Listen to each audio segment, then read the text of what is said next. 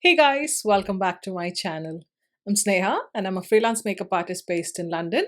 And today's going to be a short video where I'll be sharing swatches of 20 new shades of Danessa Myricks Colorfix.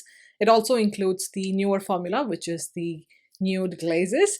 By the way, if you are interested in swatches of more shades, definitely check out my part 1 here, where I've swatched 44 shades of Danessa Myricks Colorfix, which includes matte, creamy color, which is a metallic finish, foils, the neons, glazes, and possibly more, the nude finishes color fixes as well.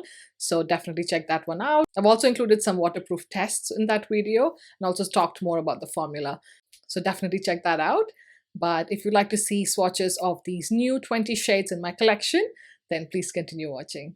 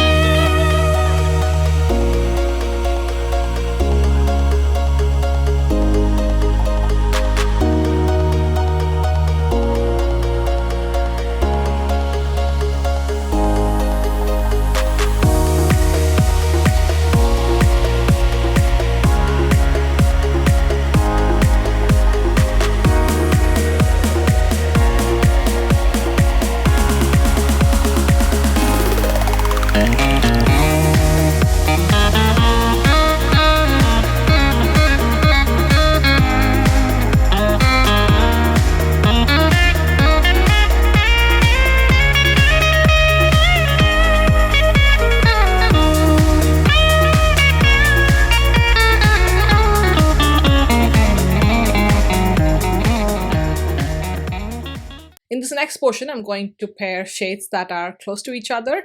So any shades that are similar in my collection, I will be swatching them together, just so you get a better idea of the undertones of those shades. So here I'm comparing Nude 6 with the Nude 7, and you can see the big jump in color here. Also in the swatch, you can see that it's a lot lighter and much more closer to my skin tone than Nude 7. For Nude 9 and 10, I didn't find any dupes, so moving on to Trooper. I'm going to compare it with Quiet Storm, which is another gray from the Colorfix line. But you can see that Quiet Storm is a much more blue-based gray, if that makes sense, whereas Trooper has that green undertone. Next, I'm comparing Brownie with the shade Chestnut. And as you can see, these are very, very similar. Chestnut is just a little bit more richer in tone, but very similar undertones. Next, I'm comparing Carrot Top with Phoenix. And in the swatch, you can see that Carrot Top is a lot more orange, whereas Phoenix is more coral. Next, comparing Chosen with Lollipop, which is actually a neon. And you can see that they look very similar. And in fact, if you have the neon shade Lollipop, and if you mix it in with Lift, I'm sure you can get something close to the shade Chosen. Next, for Colbolt, I'm going to compare it against Primary Blue.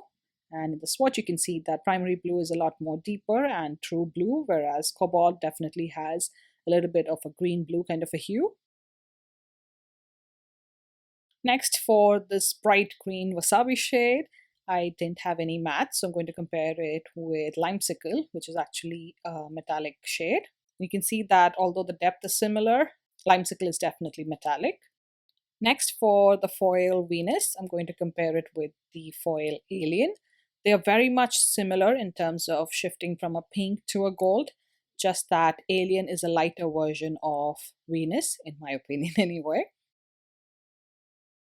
Next, I'm comparing two glazes. So comparing Crystal with Kaleidoscope.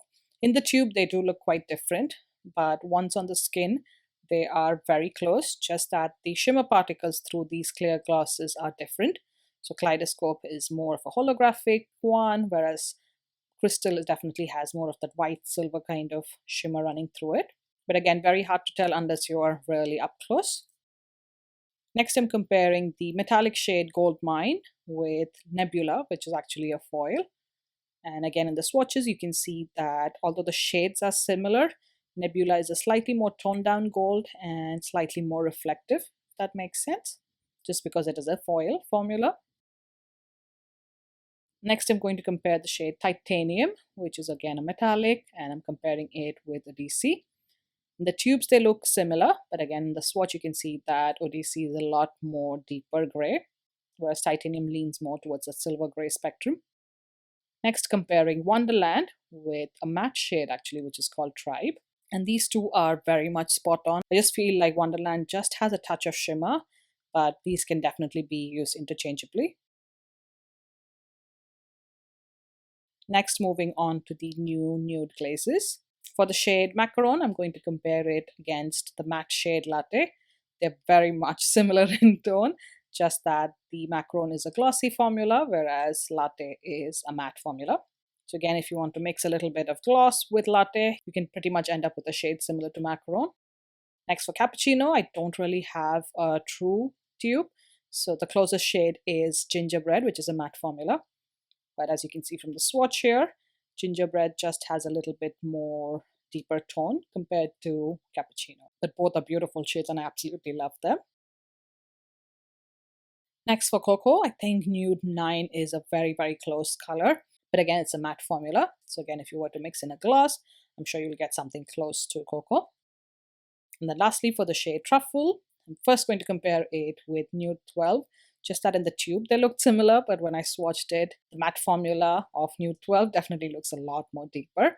So then I swatched Nude 9 again next to Truffle, and that again looks much more closer to that particular shade. So I would say for Truffle, it would be a good mix of maybe Nude 9 with a little bit of Nude 12. And like I mentioned, if you'd like to see waterproof tests for any of these formulas of color fixes, definitely check out the part 1 video. I'll also link it in the description box below for easy reference. And that's it for this video. I really hope these swatches were helpful to you guys. If you enjoyed them, definitely give it a like and also consider subscribing for more videos. Thank you so much for watching, and I'll see you in my next one. Bye!